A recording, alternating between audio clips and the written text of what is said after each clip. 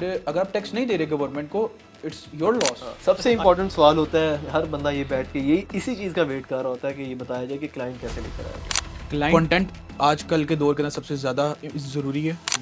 हमें जो mostly clients recurring clients आते हैं वो हमारे पोर्टफोलियो से ही आते हैं, जो हम लोग अपने सोशल हैंडल्स के ऊपर अपलोड करते हैं। मेजर तो ये है। फाइनेंस के लिए ऊपर मैं सबसे ज़्यादा वर्क कर रहा हूँ, क्योंकि उसके ऊपर मैंने शुरू दिन से बहुत मेहनत की हुई है। शॉपिफाई की बात करें, शॉपिफाई का सर्वर बहुत स्ट्रॉग है। ऑलरेडी वो आपको हर चीज़ प्रोवाइड कर रहा होता है। ऐप बिल्डिंग ऐप्स होती हैं उसके अंदर जो आपको हेल्प कर रही होती हैं, आपकी वेबसाइट लैग नहीं करती। So this is your host Mohammad bin Kashif back again with a new podcast. Actually ये सेकंड एपिसोड है फला फैसल के साथ। पिछली बार हमने सारा ई कॉमर्स मार्केट को कैटर किया था, लेकिन इस बार हमारे पास एक और स्टोरी है। पाकिस्तानी मार्केट देखी जाए जितनी भी डिजिटलाइज हो गई है, हमारे कारोबार डिजिटलाइज हो गए हैं, हमारी सारी इंडस्ट्री डिजिटलाइज होती जा रही है, तो उसके अंदर हमारी जो बेसिक एक मार्केटिंग थी, जो डिजिटल सिंपल मार्केटिंग जिसको कहते हैं, उसको भी डिजिटल कर दिया, जिसको हम डिजिटल मार्केटिंग कहते हैं। इसका ना तो सिर्फ पाकिस्तान में स्कोप है, बल्कि पाकिस्तान से बाहर इससे ज़्यादा स्कोप है। तो उसके लिए हमने फिर फला फैसल को बुलाया है हमारे पॉडकास्ट के अंदर, जिसके अंदर हम आज डिस्कस करेंगे कि एक डिजिटल मार्केटिंग एजेंसीज किस तरह चलती हैं और उसके लिए क्या पोर्टफोलियो होता है। As a CEO of radiant solution, हमारी अपनी भी मार्केटिंग एजेंसी है। इसी तरह फलाह ने भी अपनी जब जर्नी स्टार्ट की थी ई कॉमर्स के अंदर, उसके बाद उन्होंने इसको स्विच किया था डिजिटल मार्केटिंग एजेंसी के अंदर। तो हम उनसे पूछना चाहेंगे कि इतना ड्रास्टिक जो चेंज आया वो क्यों आया, क्या रीजंस बनी थी। तो दोबारा मैं वेलकम करता हूँ फलाह फैसल, कैसे हैं आप? अल्हम्दुलिल्लाह, आप कैसे हैं? जी सर, दूसरी दफ़ा आप आए हैं हमारे पॉडकास्ट में माशाल्लाह। पिछली भी हमारी जो कन्वर्सेशन थी बहुत अच्छी हुई थी, तो आज आप फिर हमारे साथ हैं। तो थोड़ा बहुत बताएं कि अब तो मैं आपसे ये नहीं पूछूंगा कि भाई आपकी जर्नी क्या थी, बिल्कुल लेकिन ऐसा हाँ है। मेरा ये पूछना ज़रूरी है ताकि हमारे व्यूअर्स को पता लगे कि डिजिटल मार्केटिंग एजेंसी वाली साइड पे जाने का क्या रीज़न था और आपने क्या सोचा। ओके, सो बेसिकली फर्स्ट मैं ई कॉमर्स करता था। ई कॉमर्स के साथ साथ मैंने डिजिटल मार्केटिंग एजेंसी इस वजह से शुरू की थी कि मैंने सबसे पहले जब टीम बनाई थी वाइलनेक्स के लिए, मैंने टीम के अंदर अपने डिफरेंट वीडियो एडिटर्स हो गए, ग्राफिक डिज़ाइनर्स हो गए, और डिफरेंट जो चीज़ें थी मैंने उनको ऐड ऑन किया था। अब उसके साथ मुझे एक इशू आ रहा था कि अगर हम इतनी ज़्यादा कॉस्टिंग हाई कर लेंगे, और प्रोडक्ट का ये होता है बिके ना बिके, बट सर्विस जो होती है वो एक बहुत अच्छी चीज़ चली जाती है अगर आपने इंटरनेशनल लेवल के ऊपर जाना हो। और प्रोडक्ट का क्या है, उसकी डिलीवरी लेट्स हो सकती हैं, उसके रिटर्न्स आ सकते हैं, बट प्रोजेक्ट एक ऐसी चीज़ होती है जिसके ऊपर आप कंटिन्यूसली वर्क करके अपना पोर्टफोलियो बेहतर से बेहतर कर सकते हैं। ठीक है। अब अगर बात की जाए डिजिटल मार्केटिंग एजेंसी के ऊपर हम क्यों गए थे, हमारा ई कॉमर्स भी अभी बहुत अच्छा रन हो रहा है। हमने शुरू के अंदर जब टीम बिल्ड की थी, हमने ये चीज़ टैकल की थी कि प्रोडक्ट के साथ साथ सर्विस ज़रूर होती चाहिए, बिल्कुल। और सर्विस इस तरीके से हमें होनी चाहिए कि इंटरनेशनली बॉर्डर्स को टच करे। हम्म जो हमारा काम है वो सिर्फ कंट्री के अंदर ना रहे, महदूद ना रहे, एक तरीके से हम्म हम उसको आगे एक्सपेंड करें, उसको आगे डिफरेंट कंट्रीज के अंदर इस्टेब्लिश करें। जी फला भाई, हमें थोड़ा बहुत ये बताएं कि आपने जब इसको इसकी साइड पे शिफ्ट कर रहे थे, हाँ जी। तो कौन सी ऐसी रीज़न, एक खास रीज़न होती है ना इंसान की कि यार मैं इसको स्विच करूं। क्योंकि जो मैं अपना थोड़ा बहुत बताऊं तो हाँ ये था जी। कि हमारी जो मार्केटिंग कॉस्ट होती थी, हम अगर किसी मार्केटिंग एजेंसी को हायर करते तो इट कॉस्ट अलॉट। बिल्कुल मतलब ऐसा कि है। आपने उनको भेजन वीडियो बनाने के भी पैसे देने हैं, उसको एडिट करने के भी पैसे देने हैं, उसके बाद आपकी जो एसईओ होनी है उसके भी पैसे देने हैं, फिर उसके बाद आपने जो मेटा एड्स रन करवानी है उसके भी पैसे देने हैं।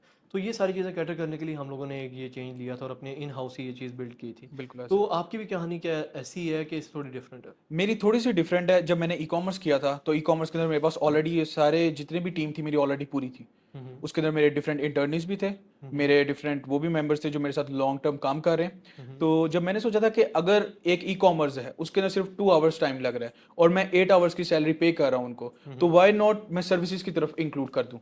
मैंने अपनी जो टीम थी वाइलनेक्स के लिए, जो मैंने अपनी टीम इंगेज की थी, उसके अंदर मैंने ये एक पॉइंट गैदर किया था कि अगर मैं प्रोडक्ट के ऊपर सिर्फ महदूद रहूंगा, मैं सर्विस तक नहीं जा सकता। तो मैंने सर्विस के ऊपर जाने का किया कि मैं 6 आवर्स, मेरे पास एक अलहदा टाइम था जिसके ऊपर मैं डिफरेंट अपने दोस्तों के ब्रांड्स वगैरह को भी टैकल कर रहा था। बट मैंने ये सोचा था कि अगर इसको प्रोफेशनली लेके जाना है तो प्रोफेशनल वे के अंदर इस तरीके से हम इसको कर सकते हैं। एक पोर्टफोलियो हम अपना यूज कर लें वाइलनेक्स का, जो हम लोगों ने एक प्रॉपर टीम के साथ बिल्ड किया हुआ है। हम उसको आगे एक्सपेंड करने के बाद इंटरनेशनली हम लोगों ने क्लाइंट्स टैकल किए और इंटरनेशनली टीम को लेकर चले। बेसिकली जो 6 आवर्स की टाइम जो ड्यूरेशन थी वो बहुत ज़्यादा थी। 2 आवर्स के अंदर हमारा ई कॉमर्स सारे एड्स और एसईओ, वेबसाइट बिल्डिंग, हर चीज़ हमारी उसके अंदर इंक्लूडेड थी। 2 आवर्स मैक्सिमम टाइम मैंने दिया ये ई कॉमर्स के अंदर, और डेली अगर आप 2 आवर्स दे रहे हैं ई कॉमर्स को और आपकी पूरी टीम है 15 से 20 लोगों की, तो I guess 2 hours is enough. जो बाकी 6 आवर्स थे दे वर यूजलेस। सो मैंने यही डिसाइड किया था कि हम इंटरनेशनल इसको लेके उसको चलेंगे, हम लोग उसमें एक्सपेंड करें, एक्सपैंड अपनी करेंगे, जो सर्विसेज अपने इन हाउस दे रहे हैं उन्हीं को हम लोग बाहर एक्सपेंड करें। उन्हीं को बाहर हम एक्सपैंड ठीक करेंगे। हो गया, exactly. बेहतरीन है। अच्छा, थोड़ा बहुत मैंने सोचा था कि आपके साथ जब बैठूंगा तो फिर मैं 2-3 चीज़ों पे बात करूंगा। जी जी। सबसे पहले एक जो चीज़ आती है कंपनी रजिस्ट्रेशन। ओके। ठीक है, बहुत एक इंपॉर्टेंट टॉपिक है, बहुत सेंसिटिव टॉपिक है। बिल्कुल इसके ऐसा। बारे में मैं समझता हूँ पाकिस्तान में 80% लोग इस तरह के हैं जो कारोबार कर रहे हैं लेकिन उनकी कंपनियां रजिस्टर्ड नहीं है। नहीं है। और ये सबसे बड़ा एक फ्लॉ है हमारी मार्केट के अंदर। पाकिस्तान तब तक ग्रो नहीं कर सकता जब तक हमारी जितना भी कारोबार है वो फाइल्स के ऊपर आए। बिल्कुल ठीक है, ऐसा। प्रॉपर टैक्सेशन हो, प्रॉपर टैक्स रिटर्न्स हो, सब कुछ उसके अंदर प्रॉपर्ली मैनेज हो, लेकिन ऐसा बिल्कुल भी नहीं है। तो मैं उसके बारे में पूछना चाहूँगा कि मैं, और ये अपने सारे व्यूअर्स को भी कहता हूँ जो आगे अपनी ई कॉमर्स ब्रांड बनाना चाह रहे हैं, डिजिटल मार्केटिंग एजेंसी बनाना चाह रहे हैं, आपको चाहिए कि आप सबसे पहले अपनी कंपनी रजिस्टर करवाओ। बिल्कुल तो ऐसा। उसका जो प्रोसेस है वो मैं भी बता सकता हूँ, लेकिन मैं चाहूँगा फलाह भाई आप बताएं, थोड़ा इसको ब्रीफली थोड़ा बहुत समझाएं लोगों को कि आपने पहला स्टेप कौन सा लेना, सेकंड और थर्ड कौन सा लेना। पहले तो मुझे ये क्लैरिफाई करें कि आप इंटरनेशनली कह रहे हैं या फिर अभी मैं नेशनली? पाकिस्तान की बात कर रहा हूँ। ओके, पाकिस्तान के अंदर दो तरीके से होती हैं, एक एफबीआर की रजिस्ट्रेशन होती है और एक एससीसीपी के अंदर रजिस्ट्रेशन होती है। जो एफबीआर की रजिस्ट्रेशन होती है उसके अंदर दो तरीके होते हैं, एक सोल प्रोप्राइटर होता है और एक एओपी फर्म होता है, हम्म। एसोसिएट जिसको कहते हैं, जिसके अंदर पार्टनर्स आ जाते हैं। एफबीआर की जो सोल प्रोप्राइटरशिप होती है उसके अंदर सिर्फ एक सिंगल मेंबर कंपनी होती है हम्म। और उसकी अलग अलग से एक एंटिटी नहीं होती। हम्म। जला के जो पार्टनर्स होते हैं एओपी, जो एफबीआर में जो भी कंपनी आप रजिस्टर करवाते हैं उसके अंदर एक सिंगल आइडेंटिटी नहीं होती उसकी, वो आप ही होते हैं। फॉर एग्जांपल अगर आपने किसी बैंक से लोन लिया हुआ है और आपकी कंपनी सोल प्रोप्राइटर है या एओपी है, तो अगर आप किसी भी लॉस के अंदर चले जाते हैं, यू हैव टू पे विथ योर एसेट्स। बिल्कुल। आपके नाम पे जो भी चीज़ होगी आप उसको सेल करेंगे और उसके बाद फिर आप उसका जो भी अदायगी होगी वो आप करेंगे। ठीक हो गया। अब जो एससीसीपी के अंदर रजिस्ट्रेशन होती है वो एक सिंपल लफ्ज में कहा जाए तो एक वो अलग इंसान कह लें उसको। उस कंपनी के अंदर जितने एसेट्स होंगे, अगर वो कंपनी लॉस कर जाती है तो वो कंपनी के एसेट्स बेच सकते हैं। कंपनी के अलावा मेरे नाम के ऊपर 10 कनाल की जगह हो वो नहीं बेच सकते। ठीक है, तो ये एक एससीसीपी का एक मेजर बेनिफिट नजर आ जाता है जो लोन्स वगैरह के अंदर सिंगल आइडेंटिटी के अंदर हमें फर्क देके देता है। मैं एससीसीपी की जो कॉस्ट होती है वो थोड़ी सी ज़्यादा होती है, जो एफबीआर की कॉस्ट होती है वो थोड़ी कम होती है। लोग ज़्यादा प्रेफर करते हैं वो एफबीआर के अंदर रजिस्टर हो जाए, जिनका स्मॉल स्केल के ऊपर काम होता है, जो सिंगल एंटरप्रेन्योर होते हैं वो एफबीआर के अंदर रजिस्ट्रेशन करवाते हैं। हमारी कोशिश ये होती है कि हम एसएमसी के अंदर चले जाएं। ठीक है, सिंगल मेंबर कंपनी एससीसीपी के अंदर जो रजिस्टर होती है वो एक अच्छा वैल्यू टू मनी बेसिकली वो प्रोवाइड करती है। उसकी टैक्सेशन थोड़ी ज़्यादा होती है बट वैल्यू टू मनी।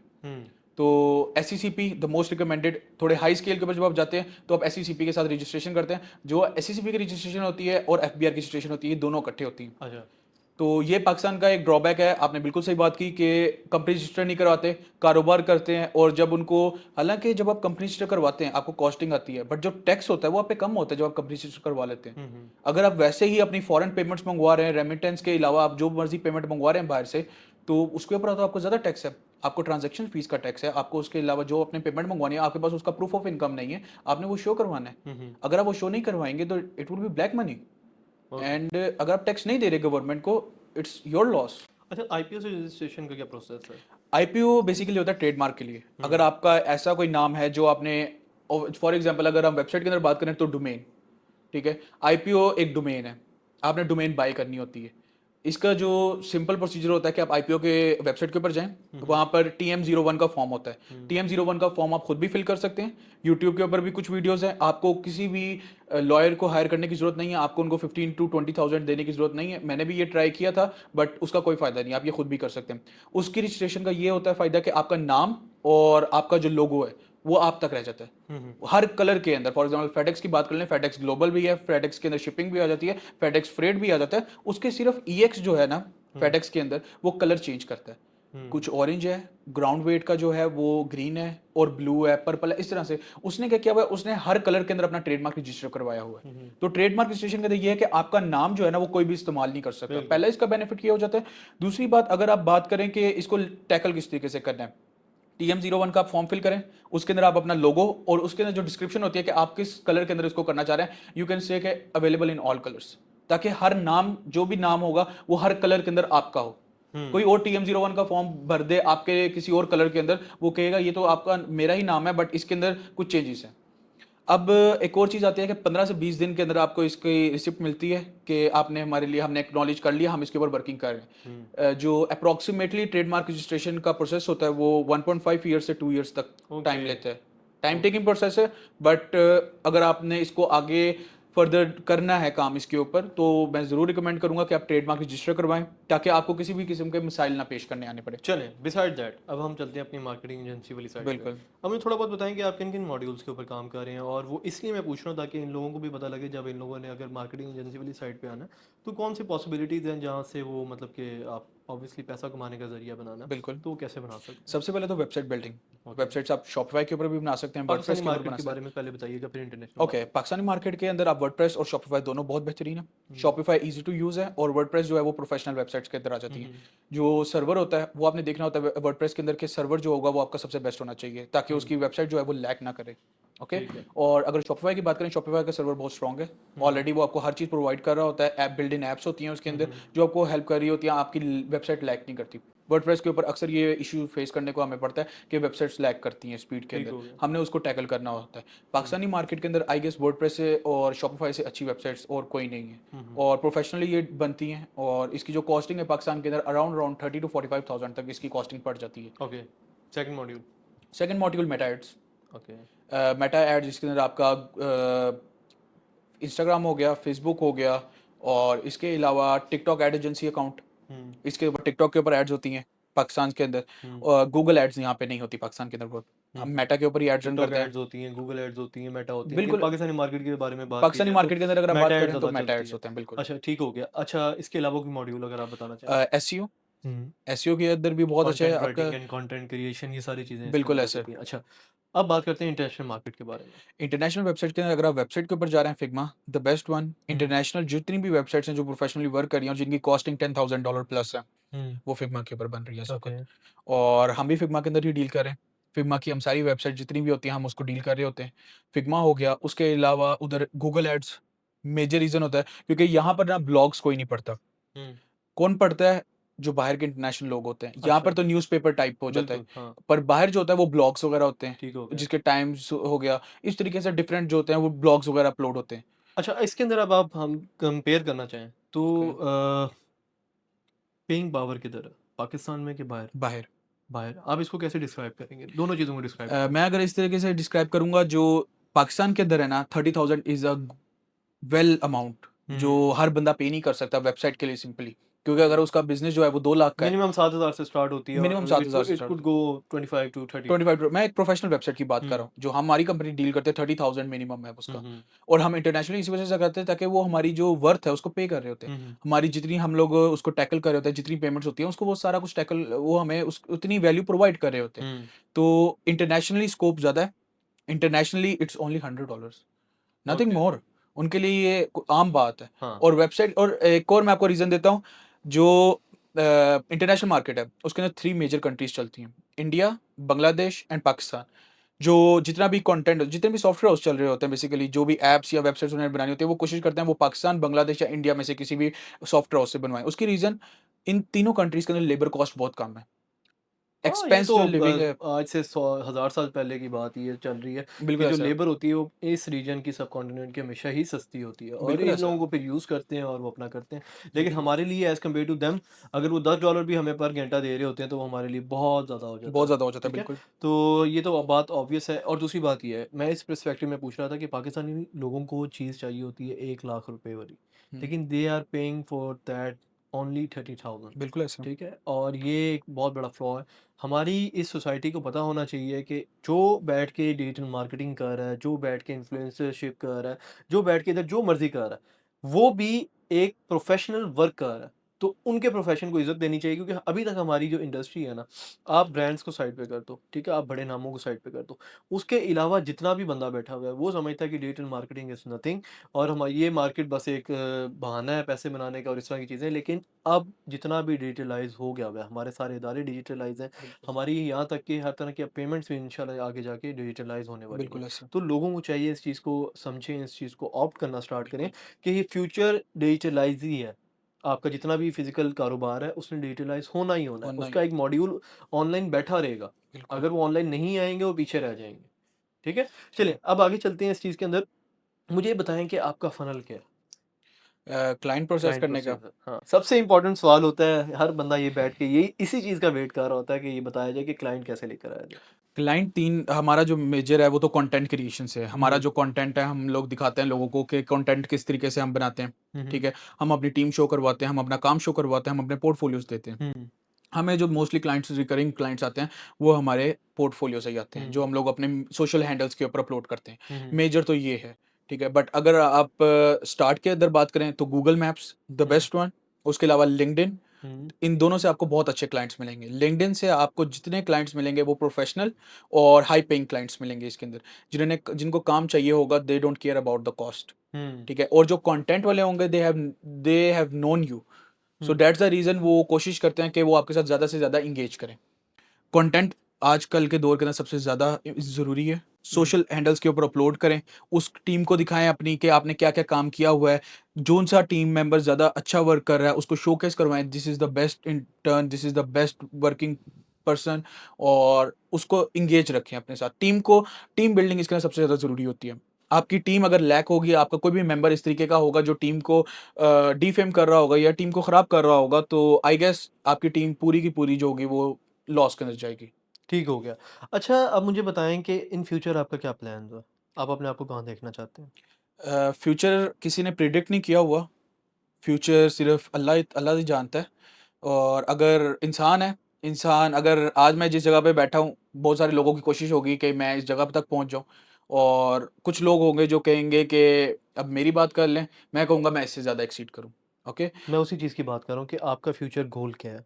मतलब कि एक इंसान ने अपना एंडिंग पॉइंट रखा था। बेशक एंडिंग पॉइंट जैसी कोई चीज़ होती नहीं है। बिल्कुल, इंसान जो चीज़ भी अचीव कर ले उससे उसके बाद उसकी एक और जर्नी स्टार्ट होती है। बिल्कुल, इंसान ठीक बहुत है? नाशुक्र है। अगर आज आप बिलियनर भी बन जाओगे ना तो आपके ज़हन में ये चीज़ होगी कि आज मैं बिलियनर हूँ, मैंने इसको भी ट्रिलियन तक लेके जाना बिल्कुल है। ऐसा है। तो ये तो इंसान की रियलिटी, लेकिन व्हाट आर यू एक्सपेक्टिंग? आप अपने इन कारोबारों को कहाँ तक लेके जाना चाह रहे हो? मतलब कि आपकी डायरेक्शन इस वक़्त क्या है? अब आपने जिस तरह ई-कॉमर्स से डिजिटल मार्केटिंग एजेंसी उसके बाद आगे भी कुछ सोचा होगा। तो I am talking about that. Okay, so सबसे पहले तो मेरा प्लान है जो मेरा वाइलनेक्स है, हुँ। उसको मैं अक्रॉस द बॉर्डर लेके जाऊँ। हुँ, हुँ, ठीक है, उसके अंदर मेरे एग्जीबिशंस होती हैं लंदन के अंदर, उसके हुँ। अलावा पुर्तगाल के अंदर हमारा मेजर अब सेटअप होने लगा है पुर्तगाल के अंदर हमारा इंशाल्लाह। प्रॉपर वाइल्डनेस का। तो आई गेस के वाइल्डनेस के लिए ऊपर मैं सबसे ज़्यादा वर्क कर रहा हूँ, क्योंकि उसके ऊपर मैंने शुरू दिन से बहुत मेहनत की हुई है। हुँ, इसके अलावा डिजिटल मार्केटिंग एजेंसी के अंदर अभी हमारे 2 कंट्रीज़ जो हैं वो कवर अप कर रहे हैं। हुँ, मेरी कोशिश होगी कि कम से कम हम 15 से 20 कंट्रीज़ जो हैं उसको टैकल करें, और हमारा जो पोर्टफोलियो हो वो इतना स्ट्रॉन्ग हो कि दे डोंट केयर द जो हमारे पास क्लाइंट्स हैं, वो इस बात का ये ना करें कि इतना पैसा लग रहा है। They should know our value. हुँ। सो कंपनी की वर्थ बनानी है, या वो बेशक ई-कॉमर्स के अंदर हो या वो बेशक डिजिटल मार्केटिंग एजेंसी के चलें, अंदर हो। बेहतरीन हो गया। ये काफ़ी अच्छी आज भी टॉक रही है हमारी, और बिल्कुल मुझे ऐसा है। लग रहा है कि जिस तरह हमारे फ़लाह भाई ग्रो कर रहे हैं, अल्लाह ताला ने चाहा तो इंशाल्लाह हम तीसरा भी इसका एपिसोड लेकर आएँगे बहुत बिल्कुल जल्द। ऐसा है। क्योंकि आज हमने सरसरी बातें की हैं, ज़रूरी बातें की हैं, और मैं समझता हूँ कि डिजिटल मार्केटिंग एजेंसी के अंदर काफ़ी कुछ है डिस्कस करने वाला। बिल्कुल ऐसा है। काफ़ी फ़नल्स हैं जिसके ऊपर हम बात कर सकते हैं और वो काफ़ी ज़रूरी हैं। बिल्कुल। तो मैं अपनी ऑडियंस से कहूँगा कि अपने दिल में जितने भी सवालात हैं इस वीडियो के नीचे दें हमें, ताकि नेक्स्ट जो पॉडकास्ट आए उसके अंदर हम उसको डिटेल में वो 1 डेढ़ घंटे का हम लोग कर लेंगे, ठीक है भाई? मैं आपके पॉडकास्ट के लिए इतना ज़रूर कहूँगा हुँ, कि अगर कोई भी किसी का किसी भी रिलेटेड ई-कॉमर्स के रिलेटेड या हुँ, डिजिटल मार्केटिंग एजेंसी के रिलेटेड कोई भी क्वेश्चन होगा, हुँ, हुँ। तो आप कमेंट्स के अंदर लिख दें। मेरी हाँ। टीम जो होगी वो उसको खुद आंसर कर रही होगी, और हुँ, जो हुँ, प्रोफेशनल टीम होगी, हुँ, मैं हुँ। उनको खुद सजेस्ट करूँगा कि इस वीडियो के नीचे प्रॉपर कमेंट्स और प्रॉपर एक्सप्लेनेशन के हाँ, साथ हमारी उसको टीम जी। भी इस चीज़ को बड़ा नोटिस कर बिल्कुल, रही होती है, और हमारा जो नेक्स्ट पॉडकास्ट आता है, वो सारी इन चीज़ों को कैटर करके ही हम उसके सवालात बनाते हैं, और उसके बाद बिल्कुल, हम अपने जितने भी मेरे पॉडकास्ट अभी तक चल रहे हैं, वो इसी नीश पे चल रहे हैं, हमारी ऑडियंस की जो रिक्वायरमेंट्स है इसको, क्योंकि हमने इनको समझाना है, इनको दिखाना है, क्योंकि यही आने वाला कल का फ्यूचर। आज मैं और आप जिस सीट पे बैठे हुए हैं, हमने काफ़ी स्ट्रगल की है, बिल्कुल, और हमने अपना काफ़ी टाइम वेस्ट भी किया, क्योंकि हमारे पास डायरेक्शन कोई नहीं थी। लेकिन अगर आप आज हमारे पास डायरेक्शन अच्छी होती, तो हम बड़ी जल्दी ग्रो कर जाते। लेकिन आज भी हम लोग 21 साल के हैं, तो बूढ़े बाबे तो है नहीं। बिल्कुल, लेकिन फिर भी मैं चाहता हूँ कि जिस तरह हम लोगों ने एक स्पीड अच्छी पकड़ी और इस उम्र में आके ये सब कुछ अचीव किया, मैं चाहता हूँ मेरी ये ऑडियंस जो देख रही है ये भी अचीव करें। बिल्कुल। इंशाल्लाह फिर होती मुलाकात। फलाह इंशाल्लाह। भाई, ये बहुत अच्छा लगता है आपके साथ बात करके हमेशा। मिलते हैं नए पॉडकास्ट में नई स्टोरी के साथ, तब तक के लिए मुझे दें इजाज़त। अल्लाह हाफ़िज़।